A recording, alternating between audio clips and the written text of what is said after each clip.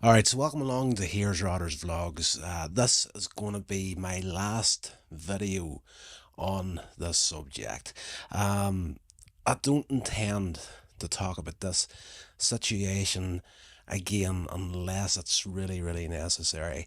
And coming off the heels of the last video that we did there on the whole narcissistic side of people and trying to get away from that in the series of shorts that we did there, trying to break free from that. I'm going to fill you in on a little bit of the background on my story and how mentally screwed up that I've actually discovered in the last couple of months, that I actually have been for a long, long time now. And it didn't hit home until one simple little comment on a post on social media. It's unreal how something simple that isn't really, a post that was supposed to be offensive in any way, but it just hit a nerve that it didn't actually know was a nerve until that moment. And thinking back on it over the last 2 or 3 days, that's why I haven't been uploading to YouTube. I have been slowly putting out that series of shorts that I did over the last couple of days on all our social media. And I've just been taking a bit of time to just think back through my past and just see where this all came from.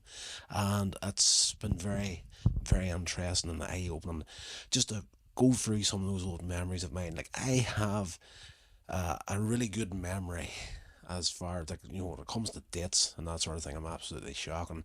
But things in my past, important things, really, I've got clear images of a hell of a lot throughout my life. Like, I can remember being nursed by my parents as a baby. I really can. Like, been in my, been put to bed at night by my mother as a very, very small infant, and my father coming home later in the night, and he would sneak me out of the cot, and he would be nursing me in bed, and then my mum would come and like lose her head, and you're like trying to get this kid to sleep, and you're taking him out of his bed and whatnot. Things like that. I can also recall very, very clearly my grandmother, again, as an infant, singing me to sleep. What was the song? Que sera, sera. I've got clear memory of my grandmother singing that to me, to try and put me over to sleep. So there's moments in time that I've got a good recall on. So just to fill you in on uh, what happened to actually bring this to the surface, it was ridiculous at the end of the day. The reason I'm using the mic, by the way, is I make it pretty animated on this here, so I thought I would freestyle, had the mic in hand just to see what happens. And what happened was, it was laid up over the last couple of years, having the back injury that I have. I was told by the doctor that if I don't do something with a spinal injury of mine, I'm going to face the possibility of retirement in a wheelchair. Scared the life out of me. So, right, what I need to do, like, you need to lose weight, you need to build your core muscles as tight as you can to protect the spine. That's all you can really do here now. Uh, the doctor also wasn't happy about the medication I was on for so long. It was one of these old school doctors, the sort of doctors that you went to and they would take the time to actually try and figure out what you needed to do instead of just loading you up with prescriptions and whatnot. So this guy scared me. So that's what I've been trying to do over the last lot of years. I've dropped weight, I've put a bit of weight back on, I've been building the core as tight as I can. Pretty tight at the minute. I'm still pretty heavy at the minute. But the stronger I get and the lighter I get, the less pain I'm in. So I've made the joke over the years that I need to Wolverine myself. I need to get myself into the shape of Hugh Jackman. It's a joke. Just, you look at me, you think, okay, the chances of this guy getting into the shape of Hugh Jackman as in playing Wolverine, it's not going to happen. So it's a joke, it's funny, and couple, well, not even a couple of months, but a month or so ago, I decided this will be a funny joke to put online, and I grabbed. I'm a movie fan as well, lifelong movie fan. Love movies, of course. You're talking Hugh Jackman Wolverine. I actually have the jacket right here. This is a replica of the jacket that Wolverine wore in X Men Origins Wolverine. So I threw the jacket on one evening, set the camera up, get a photograph, and this is what the post was essentially. Uh, Jacket on. The quote on it, or the caption on the post was, "I've got the jacket, I've got the claws. All I need now is the body." Thought to myself, okay, that's a pretty funny little joke. And anybody that got the reference found it absolutely hilarious. And it was all good. And then this comment comes in, loaded comment, by the way. Scary. Somebody said scary. This was from an ex Presbyterian minister that I've known since I was like 9, 10 years old. And I just like, alright, this is a bit weird, so I had the like button on it, as you do. And then a follow up comment comes on, it's completely separate, not part of the same thread as that comment. "Come back to the Lord, please, Rodney." And this automatically, right away, got my blood boiling, because it was like, okay, first of all, this is a post about weight loss, me getting myself into shape, humorous post, and people's laughing emojis, all this sort of shit on it. And I started thinking to myself, why has this annoyed me so much? And then I started digging back into the past and why that in particular really riled me up the wrong way, because it's like, it's not one of those comments that was there out of trying to annoy me, but it did. And I started to go back through the past, and I do not, I'm not going to lie, I've got to the point in my life now, we get to the conclusion of this video, you might be shocked what I'm going to say, but I started to go back through the past and everything that I was going through.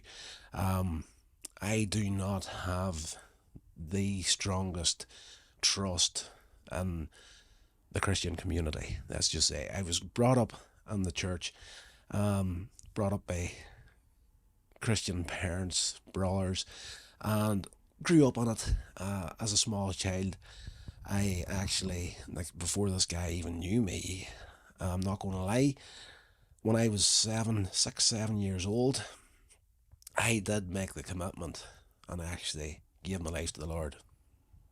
This guy doesn't know this, and it's not something that I've ever really told people. But that was all fine and well as a 6, 7 year old child that was brought up on it. And then what destroyed it for me was people. So very swiftly after that, I got my first, and this is covering old territory, but there's going to be other stuff in here as well, of just people really, just putting it on the line and telling you you're going to hell at every fart's end. This is where everything started to go between the ages of 7 to at least 13, 14, probably coming up towards the end of school, high school. Let's just say the end of high school, from the 7 years old. So I'm going to cover a few things that happened over that period. So one of the teachers that I had in Sunday school and that, teaching you the ways, was always going through all the stuff about loving your neighbour and all that sort of stuff. My first introduction to the bigotry between the two communities in Northern Ireland came from these people. So very quickly, again, this is something I covered in our video. We were at a Sunday school trip one weekend, and me and a few of the other kids met these two children their same age. We were playing football with them and whatnot. And at one point, I came across and asked the leader, "Can these two friends of ours have a drink of juice? The refreshments we had there?" Of course they can. Christians. We love everybody, So I called the guys over, and if memory serves right, one was called Sean, the other one was called Dermot. So this guy, hearing the names, realised other side of the community instantly. Changed, personality changed, face changed, completely different person to what I knew up to that point. And then, tell these guys to go home. They're not getting any refreshments from us. Sorry for the cut there. The computer just went blank and I thought we weren't recording. So, yeah, the personality of this dude changed, and I was like, just couldn't understand it. This isn't something that I've been taught. This is not the way the good book tells us we should be, and what the heck are we doing here? So that's one example from that one person through the church. Another example, and it's always been the reason I referred to me being a massive movie geek lifelong. This has been a running thing, and this is what's going to connect to this recent thing with the whole Wolverine jacket clause sort of a thing. So every run-on I've had, virtually every run-on I've had with the clergy, let's just say, has been movie related. So 1984, 85, I'm about 6 years old thereabouts. Ghostbusters comes out, the original Ghostbusters. Huge fan of that. We all were as kids. Of course, the real Ghostbusters cartoon came out right up our street. I still love it to this day. So of course you're in the playground, and you've ripped a couple of sticks off a tree, and you're running around pretending that you're a Ghostbuster and whatnot. And you're like, I'm going to be Peter. Going, you be Ray. You be Egon. You're Winston. You're a ghost. We're going to bust you. So you're running about like pretending to shoot people with the proton packs. And the headmaster of our primary school so happened to be the Bible study teacher. I think that was his title, in the church I was attending. So he discovered what we were doing, and he's like, what's going on here, boys? And we were like, oh, we're playing Ghostbusters and whatnot. So he goes to town on us. There's no such thing as ghosts. There's only demons. Demons come from hell. You like the Ghostbusters, you're going to hell. That sort of thing. So that's what you got for that. You roll out the other things that was happening. As I say, entertainment, geek, movies, television, Star Trek. Another guy gets onto me one day because he discovered I like Star Trek. Back in the day, as a child again, Star Trek the animated series was on one summer. I absolutely loved it. And this came out somewhere along the line. Spock looks like a devil. Star Trek's evil. You're going to hell. So, it is what it is. Different things, same conclusions. So, other examples along those lines as what else? There was something else there as well. Ulysses 31 was a cartoon that came out in the 80s, only for about a season. Something was brought up about that there. Ulysses 31, if you don't know what it is, it's basically it's science fiction.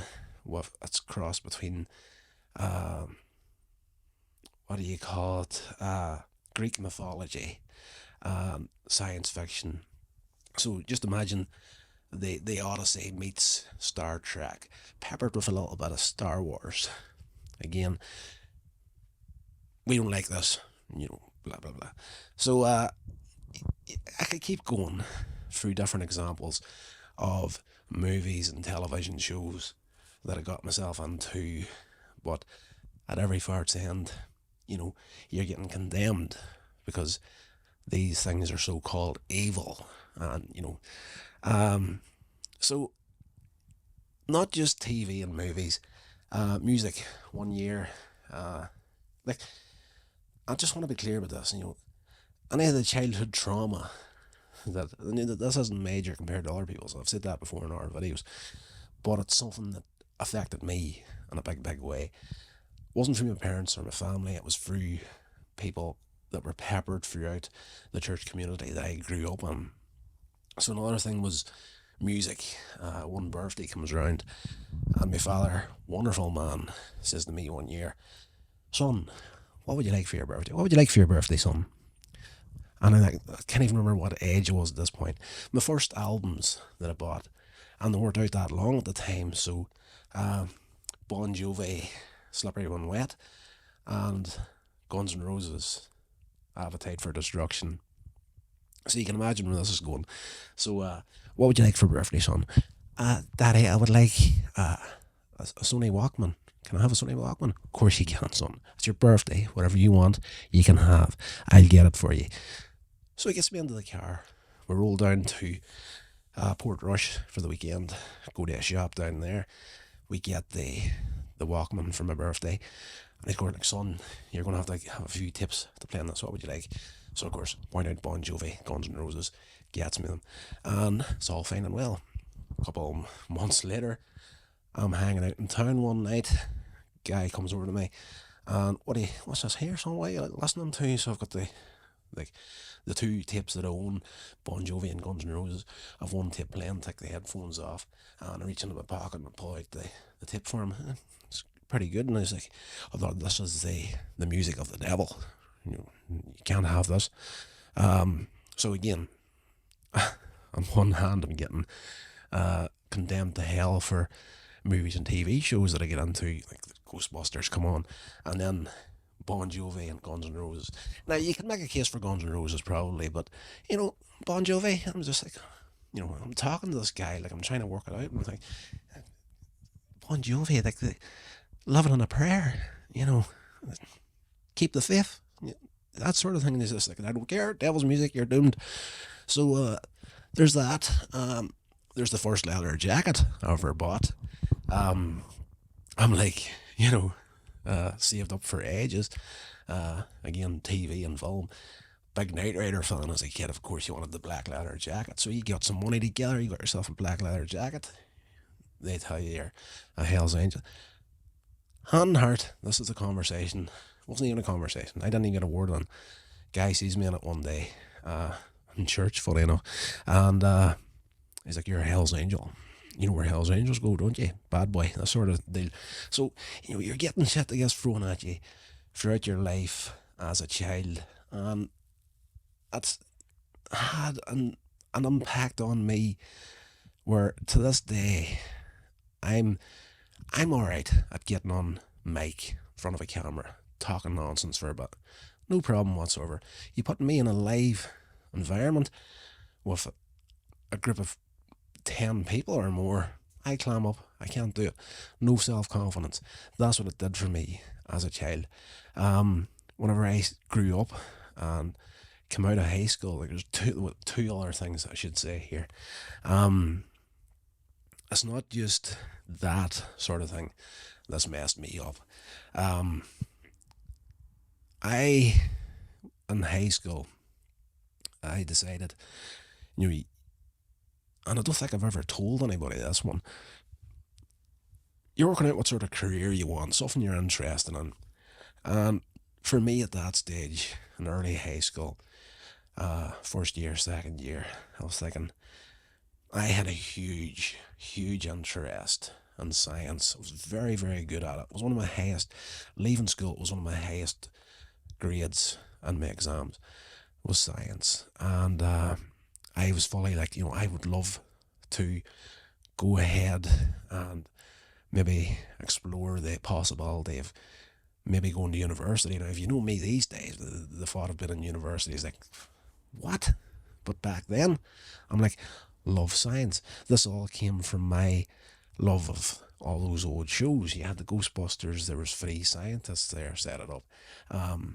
Cartoons and that there. You've got, again, Ulysses 31 that I mentioned earlier on. Good bit of science on there as well. Transformers was another show I loved as a kid. You had these, a little bit of science in the background of bits and pieces. Different things across it. Star Trek. Come on, Spock, the guy that apparently looks like a devil. Made science cool. It was the sort of thing I was like, I would love to do this. But again, whenever I'd actually voiced this sort of thing, I was told science is bad. And I'm ashamed to say I let those comments get in there. I let these people well, intimidate is probably the best word for it. I didn't follow through because I was afraid. Like, this is what these guys do. Like, faith through fear is essentially what these guys were doing back in the 80s. And I never talked to my parents or anybody about it. It was just like, you know, anything you were interested in, you get battered down for it.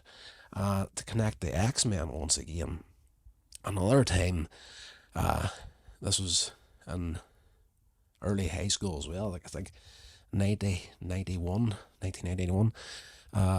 The first X-Men series was out. It was around about that stage. There was a comic book turned up in one of the shops one day. So, of course, some money on me, went and bought the comic book. Got ripped to shreds about the comic book because uh, X-Men evil, blah, blah, blah. The sort of things that's just absolutely ridiculous. Thinking back on it now, probably because the X-Men, part of their story has to do with evolution and the jump in the evolutionary scale. So probably that was it. Evolution bad. So yeah, that's the sore point, and we'll all get to that. One thing that did happen at the end of high school, and like I'm making these connections over the last 2 or 3 days, and I'm just like, how the heck have I let myself be so stupid over the years? So you got this strain as a small child, been constantly told by people that you're going to hell for liking the real Ghostbusters, watching Star Trek, reading X-Men comics, thinking about going to study science and university and whatnot. So fast forward towards the end of high school, and I don't know if this is connected to the stress of that or not, but when I was hitting 4th year, 5th year in high school, at this point, completely directionless. The thing that I was interested in doing was off the table now because I was scared to do it. And what was left? Woodwork. My 2 brothers are joiners. I could do that. So I kind of started doing that for the last couple of years in high school, but no real love for it. So you had teachers at school giving you a hard time because, if you don't pass and get a good grade, your life's over, essentially. That's what you get in high school. If you don't do good in this, you won't get to university. If you don't get to university, you won't get a job. If you don't get a job, you won't fit to pay bills and whatnot. You're dead within a year. All this mad nonsense thrown at you at that stage of the game. Rolled up towards the end of 5th year at the high school, my final year in 5th year. Or my final year in high school, sorry. And I'm walking down the street one night with a cousin. Boom, out of the blue, epileptic seizure, knocked unconscious, out cold before I hit the ground. Woke up, there's a tooth, that there is a cap, right there. Knocked the tooth out of my head when I hit the ground. No memory of it until I woke up in the hospital. And I fully believe at this point, I probably the stress for all this stuff brought on that seizure.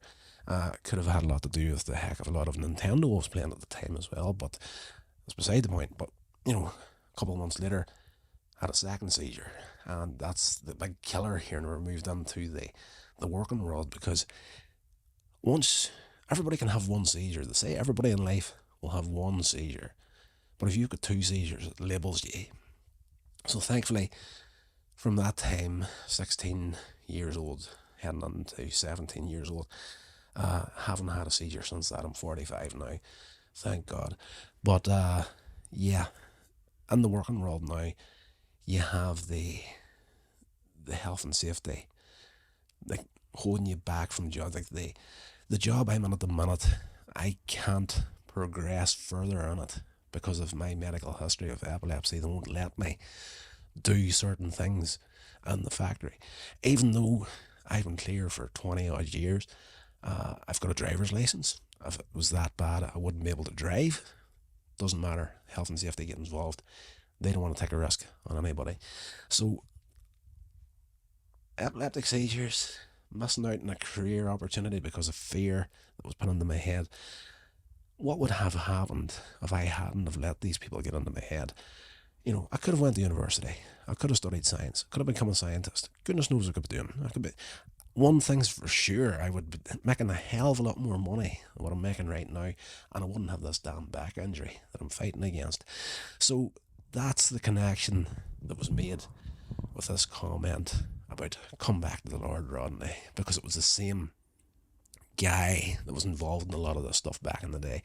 That church, that comment connects right back to that X-Men comic where X-Men bad, you know.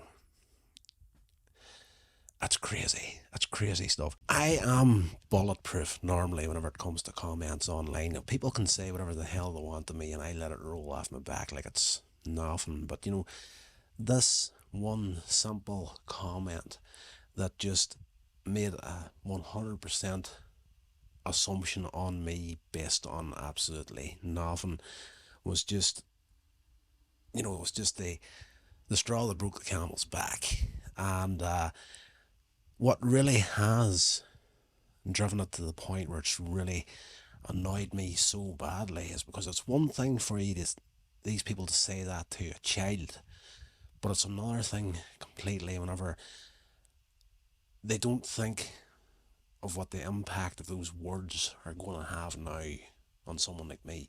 As I say, I was brought up by good Christian parents, believed in it. Again, clear memories of my mum actually teaching me how to pray as a child. Down on my knees beside the bed, hands crossed, and thanking the Lord for everything that happened that day and whatnot. Wonderful people. Her and my father both couldn't have asked for better. Anything that I needed, I got, whether they could afford it or not. They made everything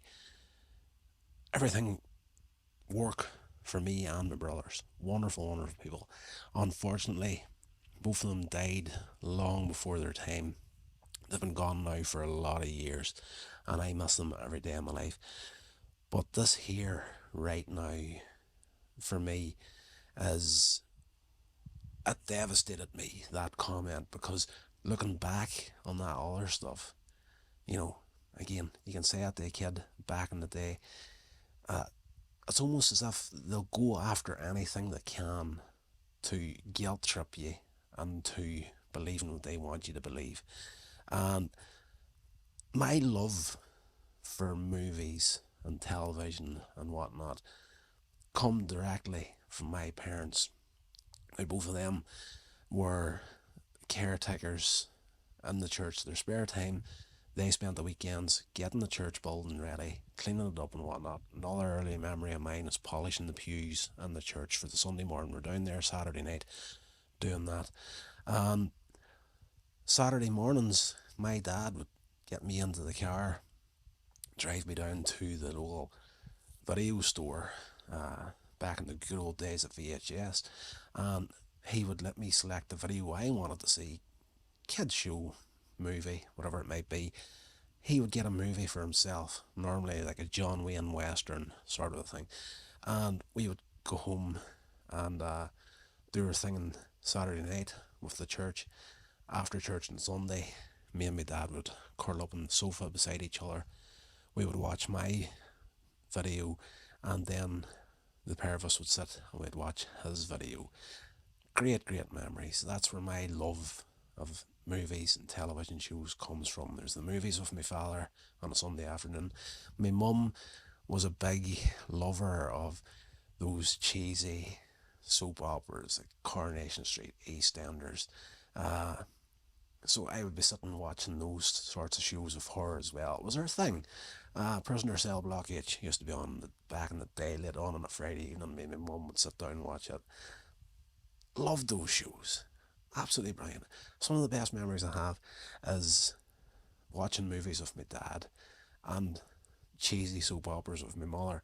So when this comment hit me recently in 2024, and these two wonderful parents are no longer here, called home far, far too early, it has a new level of evilness to it in my mind, because if this guy right now is once again going into Okay, this guy has cracked a joke with the Wolverine leather jacket, the claws, making a joke at his own expense about getting himself in the ship. You're into movies, and listen, again, you're going to hell because of this joke. On my mind right now, I'm sitting thinking to myself, okay, so if you are insinuating to me that I'm going to go to hell for my love of old movies and TV shows from the 80s, X-Men, Transformers, the real Ghostbusters, whatever it may be, if I'm going to hell for those, what the hell are you insinuating towards my parents now that are actually gone? You know, I'm just going, like, if you're seeing this video, I just ask you, I want you to sit down for a moment and actually think, did you take a moment to actually think how this would affect someone that had parents that were great, great people and friends of yours as well? Yeah, it's.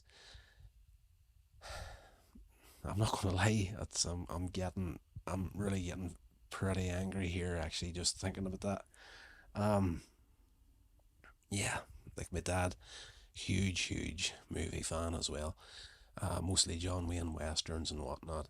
Got a huge VHS collection in the house here of old movies that he was into. The Quiet Man, Rio Bravo, uh, all that sort of stuff. Um, yeah, so that's what really annoys me the most about these people. Like they'll find something that they don't agree with, and they'll poke and poke and poke at it and try and make you feel guilty for it.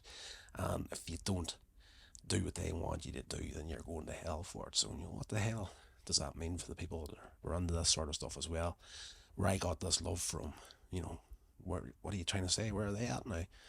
So yeah. So I'm just to end this video out. I'm just going to grab this, and I'm just going to point out something. If they haven't, any of these people happen to be watching, there you go. Um, this Bible is always close at hand. It's never far away. Um, I had faith as a child.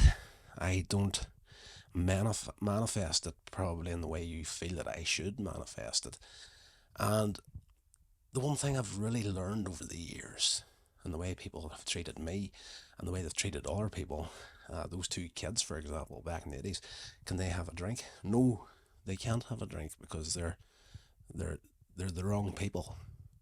We don't want anything to do with those sorts of people. If those people that were given, you know, going down that road of sheer bigotry towards the other end of the community, and then, every fart saying telling you that you're going to hell for having a simple, childish interest in something, really, at the end of the day. Movies, even these days, it's a treat, a childish treat for me. It's an escape from the real world for a couple of hours. You can sit down and watch a good movie. It is what it is. It's not hurting anybody. Um, but if the example that these people have given me since I was 7 years old, right up to the age of 45 right now, if the example that I've seen out of the vast majority of these people is what a Christian is supposed to be, then I want absolutely no part of it. I will live my life the way I want to live it, and I will prove myself in my own way. Again, I don't manifest it the way you want me to manifest it.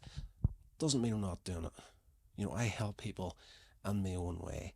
If you watch my YouTube channel, this one in particular, for any length of time, you'll realise I'm putting content out there in the hopes of helping people. I'm not driving faith down anybody's throat because it's their choice. For me, personally, when it comes to the Bible and my faith, it's something very personal to me. And, the only person I'm worried about at the end of the day is what the big man up the stairs actually thinks about me. I don't give a rat's ass what any of you guys think anymore. So the next time you think that, you come across me on social media or something, and I've cracked a joke, um, if you're starting to think to yourself, I must just tell this guy once again that he's going to hell because he has a sense of humour, forget it. Don't even send that comment. I don't care. Um, you've just. I put a line in the sand with this one particular man a good few months ago, probably last year at this point, where he had come in, left a similar comment. Hold on a second. This computer of mine keeps going on the standby mode. I don't want it to end the recording because I'm going good here. Yeah, there was another comment or post or something, Facebook again, where I can't recall what it was. It was probably a joke or a meme or something. He came in at that point and simply, you know, there's a back and forth between people, whatever was going on anyway, and this comment rolls in from this guy. Will you give your life to the Lord right now? Again, making absolute assumptions. And I drew a line in the sand at that point, and I just told him respectfully, after my experience with the second church, the Vineyard Church I went to, uh, when I made the decision to come off painkillers, I was blacklisted essentially from that church. I wasn't playing the game the way they wanted me to play it. I decided to come off painkillers for a good year and a half. My system was completely destroyed. Got me through my working week. By the time I got to the weekends, I was too sore to do anything. Couldn't actually drive the car over the weekends. I was just on the couch recovering the Monday morning to go through it again while I was coming off painkillers. The entire church walks away, turns their back. Screw Rodney. He's not playing our game anymore. To hell with him, sort of thing. So I respectfully told the guy, come on with this comment, will you give your life to the Lord right now? Just respectfully put this comment below it and said, after my experience with the Vineyard Church, I no longer publicly talk about my faith journey on social media. And that was it. He could have left it at that. If he wanted to talk to me, he could have come to me in private message or something. Didn't bother doing that.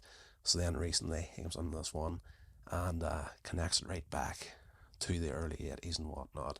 And once again, the implications of this comment, even as simple as it was, I just, again, if you were telling me I'm going to hell for an X-Men joke with a leather jacket and the claws at my own expense, what the hell are you saying about my parents? So, to finish this off, the last thing I have to say is, screw all of you. Okay, that's where I stand at right now on the whole faith thing. Everybody, you can do your own thing. Leave me out of it. I've got my own thing going here. What I do with my faith, this book, it's nothing to do with you guys. I'm not gonna jump through hoops to satisfy anybody anymore. It is what it is. I am what I am. I'm not ashamed of it. I've nothing to hide. I help people in my own way. You do your thing. And, if you are comfortable using the whole faith through fear thing, follow your boots. It's all good. You do it. I'm not going to complain about it anymore. I'm not going to fight with any of you. As far as I'm concerned right now, that line I drew in the sand a few months ago, this guy just didn't just step over it, like he just really kicked the shit out of it and then just like ran across it and just like boom, I'm just like, very simple. Screw you. I don't want to hear from any of you about this ever again. It's nothing to do with you. It's got everything to do with me and the man upstairs.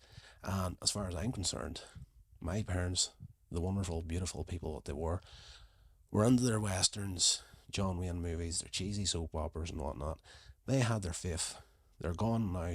As far as I'm concerned, they're up the stairs. The implications that my lifetime of been kicked in the teeth by Christians. Just like, I I know exactly what you meant, and I'm not happy about it. I'm not happy about it. Just you're not welcome anymore in my life on behalf of myself and my parents. That's it. Game over. End of story. It is what it is, and I've said my piece. And hopefully this will help someone out there that's going through something similar. Like I had to talk a friend down one day. I don't want to get into her story too much, but she got hit by a street preacher one day, and she went one Saturday to get her hair done, get a colour and whatnot, get the makeup done, eyebrows put on, as women are known to do. And this guy starts standing preaching in the streets, microphone in hand, pretty similar to what I'm doing right now. And he clocks her coming out of the hairdressers, and automatically goes into a diatribe about, people trying to hide the bad people that they are, but trying to cover up and colour their hairs and stuff like that there. And she comes to me, she's all upset about it. And I'm like, you just need to let that go, because these guys, whether they want to believe it or not, they are using psychological tricks on you to guilt trip you and doing what they want you to do. Example, you see people. Okay, I'm gonna go to the people that pray for people on the streets. This will probably start some shit, but I'm beyond caring at this point. You go someday, you see people doing this in the towns, and you see them in the cities and whatnot. Look at what they're doing and the way they interact with the people and the chairs while they're praying with them. You watch that, and then when you're done watching that, taking in everything they have done, trust me, you go to a fortune teller, watch what the fortune teller's doing. They're using the exact same tricks that fortune tellers have been using for years. Trust me on this. I've looked it up. I've checked it out. Yeah, there's a way of people. There's a way for people to discover what they want to know about you simply through a few loaded questions, and then they'll take a space, and then they'll wait to see any reactions that's coming from you. Body language, maybe a twitch in the eyebrow, maybe the eyes sort of closing a little bit. They've had a sore point, so they know that's the path that they start going down, and then they trick the people into thinking, okay, this guy's getting messages from somewhere else. This has to be real. It's all a trick at the end of the day. And that's not to take away anything from Christianity. As I say, Bible here, jumping in and out of it every once in a while, have my faith. I had a big long conversation with God this afternoon about this video. So I've got my faith here, and but I'm not blind, even though I need to wear glasses. I'm not blind to the trickery that goes into a lot of this. So yeah, just you watch the next time. The fortune tellers will do that. They'll probe on a few questions, and then they'll be like, and we're waiting now to see what the spirits are going to say. Take a little gap, and waste as much time as they can.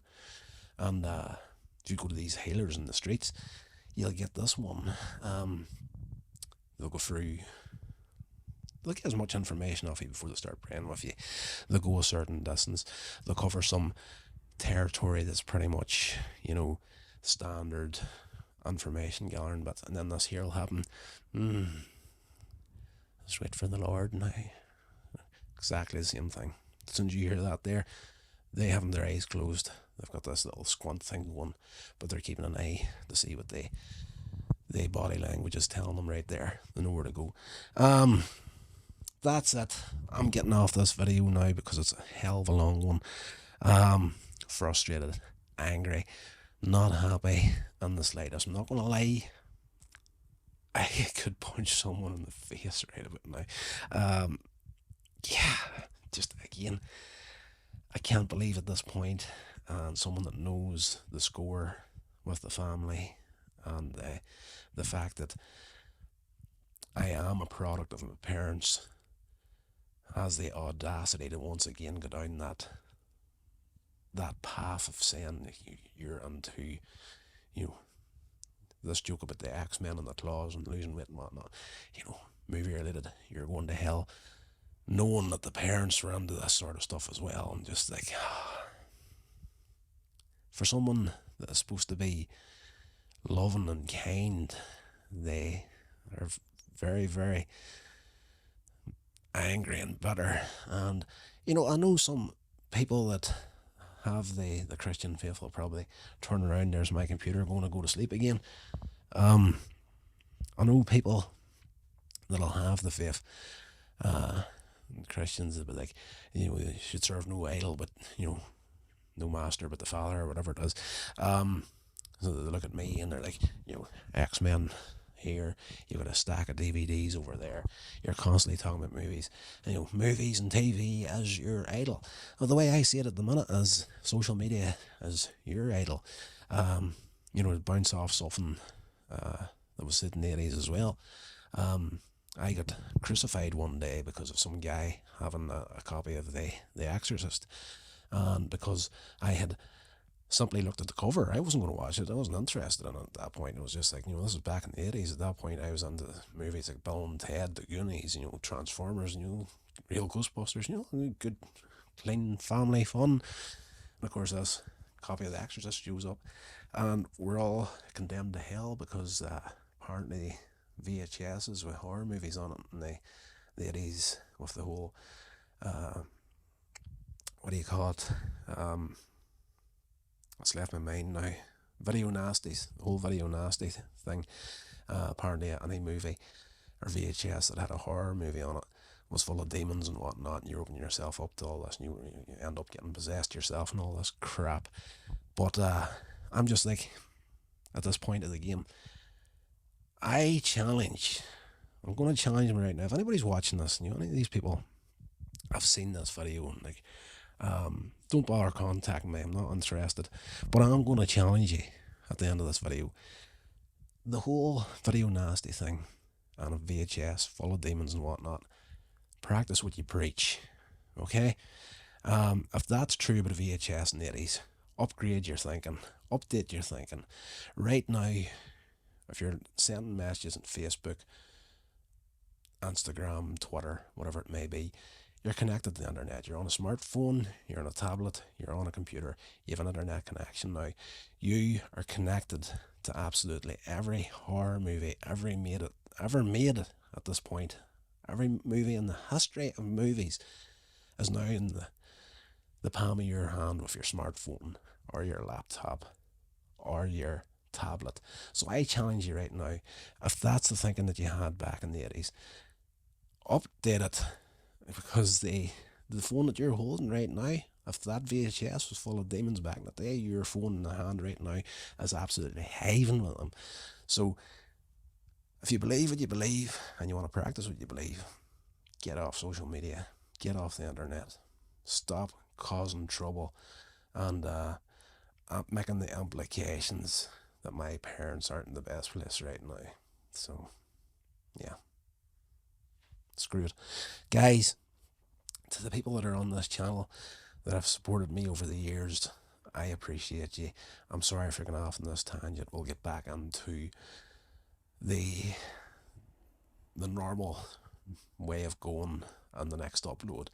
But I just felt the need to get this off my chest today, because today was the point where everything just connected for me, and I just had to put it on here and for my parents, if nobody else, because they can't defend themselves anymore, but I can. And the next time something like this happens, I'm not going to be the walkover that I was as a child. I'm going to see a completely different side to me. Right, that's going to do it. Stay safe. I'll talk to you in the next video.